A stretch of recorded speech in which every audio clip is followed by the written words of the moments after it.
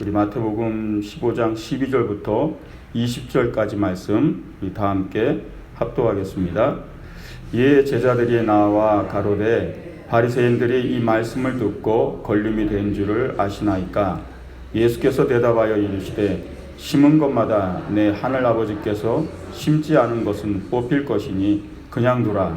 그들은 맹인이 되어 맹인을 인도하는 자로다.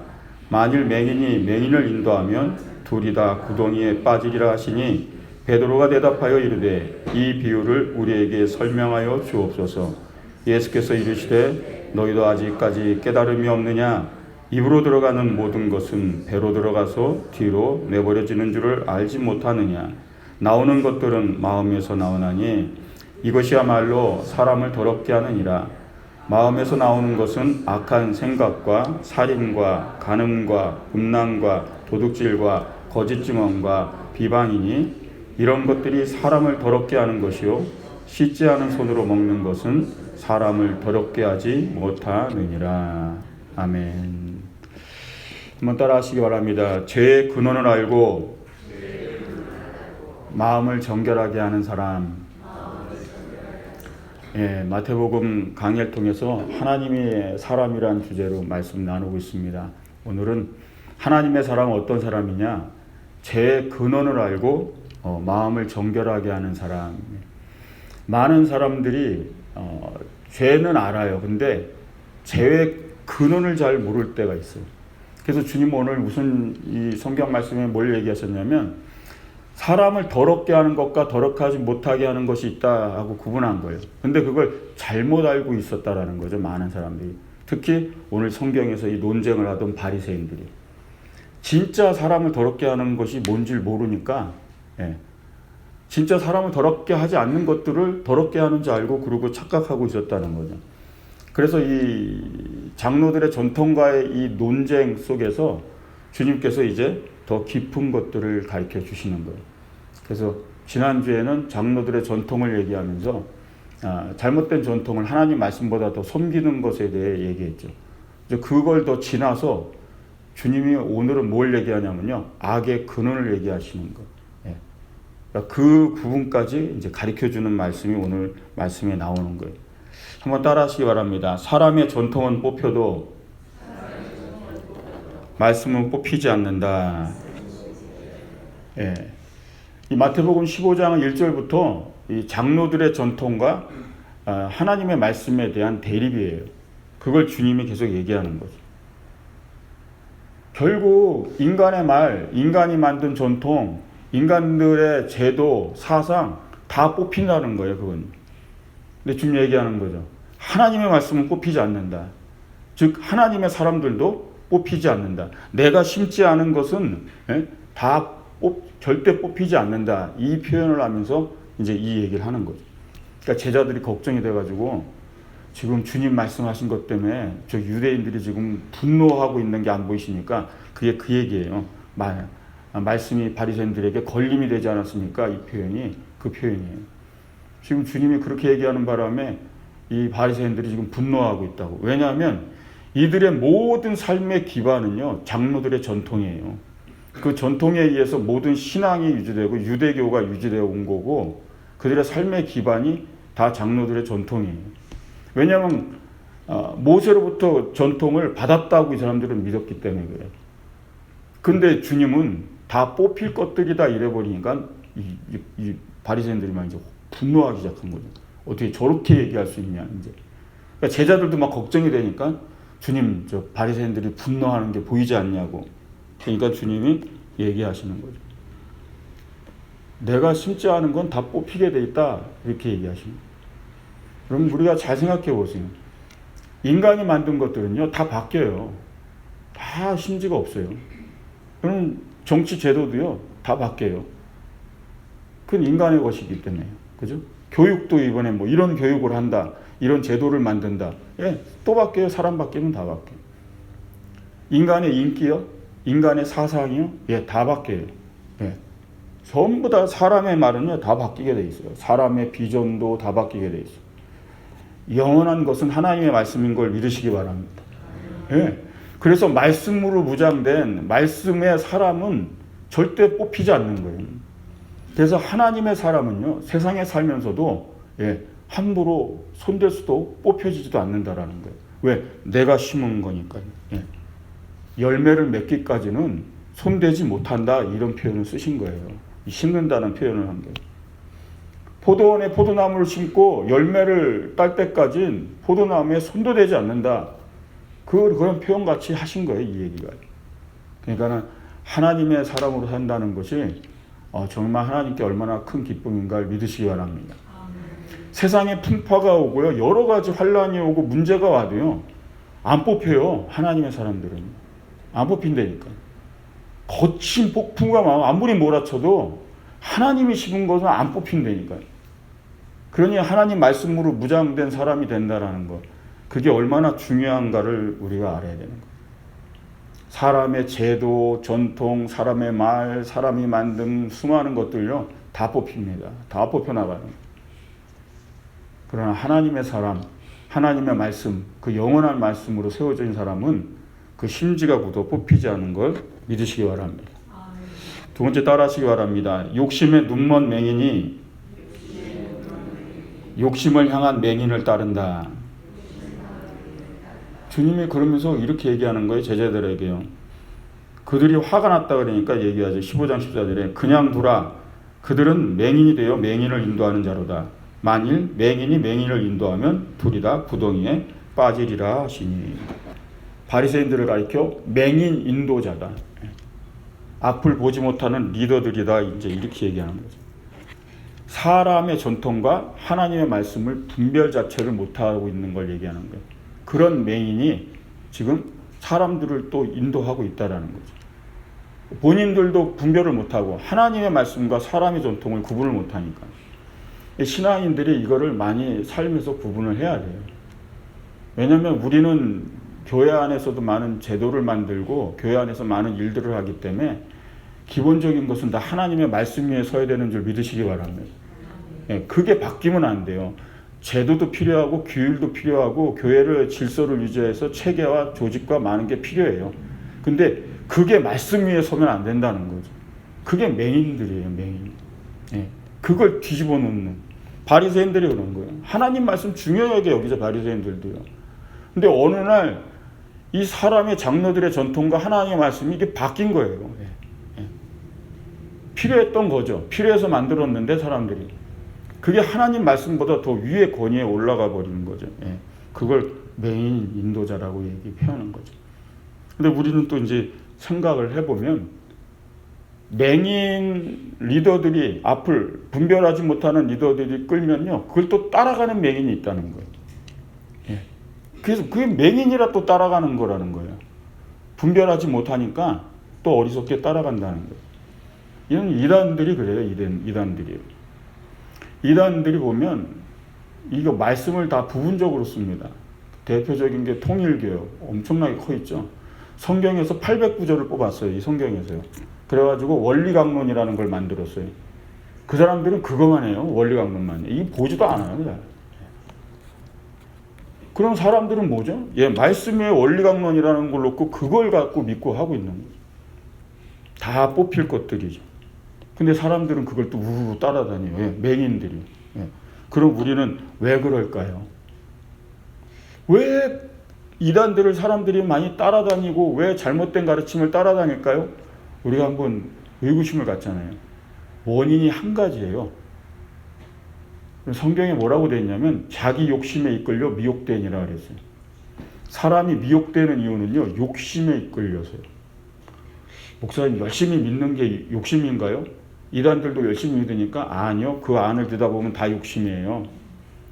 은사도 욕심, 신비한 역사도 욕심, 기복신앙도 욕심, 자기가 일한 것 이상으로 뭔가 세상에서 얻으려는 욕심, 영적 체험도 욕심, 하나님의 나라도 욕심으로 갖고 있어요. 그게 이단들이 달라요. 그래서 이단이라 그래요. 끝이 다르다 그래서 이단이라 그러는 거예요. 달라요.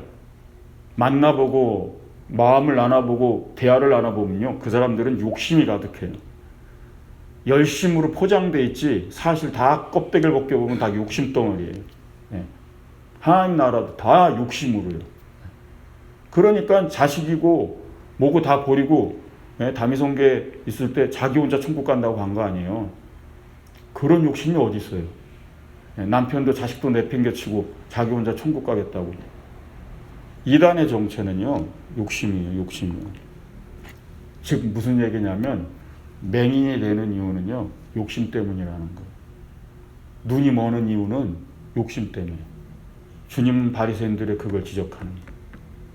장로들의 전통이니 뭐니 뭐 지금 이 단계에서 지금 오늘 말씀 뭐냐 한 단계 더 들어가서요. 악이요. 저들은 욕심을 가지고 있다는 거죠. 그래서 욕심 때문에 지금 눈이 멀어가지고 잘못된 길로 지금 끌고 가고 있고 그들을 따르는 맹인 또한 욕심 때문에 눈이 멀어가지고 그들을 따르는 거죠. 그러니까 욕심에 눈먼 자들과 욕심을 향한 자들이에요. 그래서 같은 길을 가다가 결국 뭐요? 구덩이에 빠지리라. 그냥 놔둬봐라 어떻게 되냐? 구덩이에 빠진다. 이 구덩이에 빠진다는 표현이요. 그냥 이렇게 앞에 움푹 파인데 그냥 푹 빠진다라는 그런 표현이 아니에요. 이 사람들이 구덩이란 표현을 쓰는 건 뭐냐면 이들의 세계관 때문에 있는 거예요. 이 고대 근동의 세계관은 어떠냐면 지구가 둥그런 줄 모르죠. 고대인들이요. 옛날 사람들이. 그러니까 어떻게 인식을 했냐면 하늘이 있고 땅이 있고 땅 아래가 있다고 이렇게 생각했어요. 아주 단순하게. 예. 그래서 하늘에는 하나님이 계시고 땅에는 우리가 살고 땅 아래는 죽어서 사는 사람들이 있다라고 믿은 거예요. 예. 그거를 음부라고 성경에 표현되어 있어요. 음부, 이 아래를, 땅 아래를 음부. 그래서 신약 성경에는 그거를 수월, 예. 구약 성경에는 수월이요. 그 다음에 신약 성경에는 그걸 하데스라고 해놨죠. 지옥을 얘기하는 거예요. 지옥. 그러니까는 지상에 살던 사람들이 죽으면 땅 아래 내려가서 산다고 믿었어요. 고대인들의 사상. 근데 그거를 늘 구덩이라고 표현을 했다는 거예요. 그 표현 방식이. 결국 나더라 뭐죠? 지옥으로 떨어진다는 얘기예요. 그래서 야곱이 요셉을 잃었다고 형들이 와서 거짓말하잖아요. 채석에서 짐승 옷 피 묻혀가지고 당신의 아들이 짐승에 찍혀서 죽었다고 그 거짓으로 요셉 팔아버리고 그랬을 때 야곱이 울면서 얘기잖아요. 내가 음부로 내려가리라. 수월이라고 그러잖아요. 구약이니까. 내가 수월에 내려가리라. 내 아들을 보러 내가 수월에 내려가리라. 나도 죽어서 구덩이 아래로 내려가겠다는 그 표현이 거기 그렇게 나오는 거예요. 주님이 이런 표현을 쓰신 거예요. 나더라. 예. 다 수월로 떨어질 사람들이라는 거예요. 그래서 우리는 하나님 말씀 위에 서야 되는 줄 믿으시기 바랍니다. 결국 장로들의 전통은 그들의 욕심 위에 세워졌고 그래서 눈먼 맹인이 되어서 그 욕심 있는 자들과 함께 그 길을 따라가는데 결국은 거기는 음부로 수월로 떨어진다라는 거예요. 그러니까는 우리 역시 이 땅에 살면서 하나님 말씀 위에 선 신앙이 되는 걸 믿으시기 바랍니다. 말씀 위에 서질 못하면 이게 언제 바뀔지 모르는 거예요. 언제 내 욕심이 말씀 위에, 언제 내 사상이 말씀 위에, 언제 내 철학이 하나님 말씀 위에, 내 자아가 말씀 위에 항상 이게 뒤집어지는 거예요. 그러면 신앙생활은 그때부터 막 곤두박질 치는 거예요. 놔두면요 결국 뭐요? 구덩이에 빠지는 신앙이라는. 그래서 말씀을 배우고 말씀을 묵상하고 말씀에 가르침 받아야 되는 걸 꼭 기억하시기 바랍니다. 세 번째 따라하시기 바랍니다. 말씀과 보혈로 깨끗한 마음을 유지하라. 제가 오늘 악의 근원에 대한 그 부분까지 주님이 말씀을 이어가신다 그랬잖아요. 그냥 두어라. 둘 다 구덩이에 빠질 것이다. 그러니까 베드로가 깜짝 놀란 거예요. 그러니까 베드로가 주님 이 비유를 좀 우리에게 설명해 주세요. 예, 그렇게 얘기하죠. 15절에. 잘 못 알아듣겠습니다. 이 베드로가 이 말을 못 알아듣겠다라는 얘기는 이 내용 텍스트를 못 알아듣는다는 얘기가 아니라 이거예요. 바리새인들이 하나님 열심히 믿고 나름대로 신앙의 종교 지도자들로 지금 유대 종교를 끌고 가고 있는데 그들이 맹인이고 그들이 다 구덩이에 빠진다 그러니까 충격적이었던 거예요. 그러니까 그거를 깨닫게 해달라고 다시 설명해 달라니까 주님이 그러죠. 너희가 아직도 깨달음이 없느냐. 그러니까 바리새인들 눈먼 리더들의 말씀을 따라서 여지껏 살다 보니까 너네들도 아직도 깨닫지 못하냐. 그러면서 결국은 주님이 오늘 결론적으로 그 정체를 말씀하신 구절이 바로 17, 18절이에요. 입으로 들어가는 모든 것은 배로 들어가서 뒤로 내버려지는 줄 알지 못하느냐. 입에서 나오는 것들은 마음에서 나오나니 이것이야말로 사람을 더럽게 하느니라. 주님은 결국은 다시 결론적으로 이 얘기를 하면서 이게 욕심이죠. 사람을 더럽게 하는 게 뭔지 아냐. 예. 이게 15장 처음 1절부터의 논쟁의 시작의 질문이었잖아요. 뭐죠? 왜 손을 씻지 않고 음식을 먹냐고, 왜 전통을 지키지 않냐고. 우리는 항상 음식 먹을 때 손을 씻고 먹는데 그들에게 손을 씻는 예식은 이유가 있어요. 그 고대 근동 사람들은 이 손에, 이 옛날 사람들이잖아요. 고대인들이라 손에 악한 영이 붙는다고 생각했어요. 악한 영이. 그래서 음식을 먹을 때 이 손을 안 씻고 그 음식과 같이 먹으면 그 악한 것이 같이 몸에 들어가서 악령이 내게 역사하신다는 그런 우매한 생각이죠. 우매한 생각. 그래서 유대인의 결례 의식 속에는 그런 것이 담겨 있어요. 그냥 손을 깨끗해 하는 것도 있지만 그 결례 의식을 꼭 지켜야 되는 게 이 손에 이 악이 떨어져 나가는 그런 의식을 한 거예요. 근데 주님께서 얘기하는 거죠. 입으로 들어가는 것이 너희를 왜 더럽게 하냐? 그게 도로 다 나오는데. 왜냐하면 음식은 하나님이 주신 선물인 줄 믿으시기 바랍니다. 네, 생존을 위해 주신 거고요. 음식을 먹을 때 함께 나누잖아요. 혼자 먹지 않잖아요. 원래 좀 혼자 먹는 게 안 좋은 거예요. 원래 음식은요, 하나님이 나누라고 주신 건 줄 믿으시기 바랍니다. 레위기에 나와 있어요. 창세기를 읽어보세요. 예, 음식은 나누라고 주신 하나님의 선물이에요. 예, 함께 먹으라고. 그리고 생존을 위해 먹으라고 준 거예요. 근데 혼자 먹으려고 그러고, 그럼 이게 욕심인 거죠. 저는 지금 상황이 어쩔 수 없어서 혼자 먹는 거니까 이해하시고요. 그 하나님이 주신 축복이라는 거죠. 근데 그게 왜 너네들을 더럽게 하냐? 진짜 너네들을 더럽게 하는 건 너희의 마음에서부터 나온다고 이제 들어가시는 거예요. 예. 그게 아니다. 손이요. 맨날 씻어봐라. 여기에 악기가 붙었다고 생각하고 늘 손을 맨날 씻어봐라. 이 우매한 자들아. 그런다고 너네가 깨끗하냐? 악의 근원이 손에 있는 게 아니다. 악의 근원은 바로 네 마음속에 있다는 거예요. 마음속에. 그러면서 뭐라고 얘기하시죠? 마음에서 나오는 것은 악한 생각과 살인과 간음과 음란과 도둑질과 거짓 증언과 비방이니. 6에서 10계명을 지금 다 얘기하죠. 5에서 10계명을요. 그 계명을 다 어기는 것들이 어디서 나온다고요? 10계명을 어기는 것들이 마음에서. 악의 근원은요, 여기 안에 있어요. 다른 사람한테 손가락질하면 안 되고요. 네 마음에 있다 이러면 안 되고요. 내 마음에 있다고요. 악의 근원. 악의 근원을 알면 죄를 다스릴 수 있어요. 어느 정도.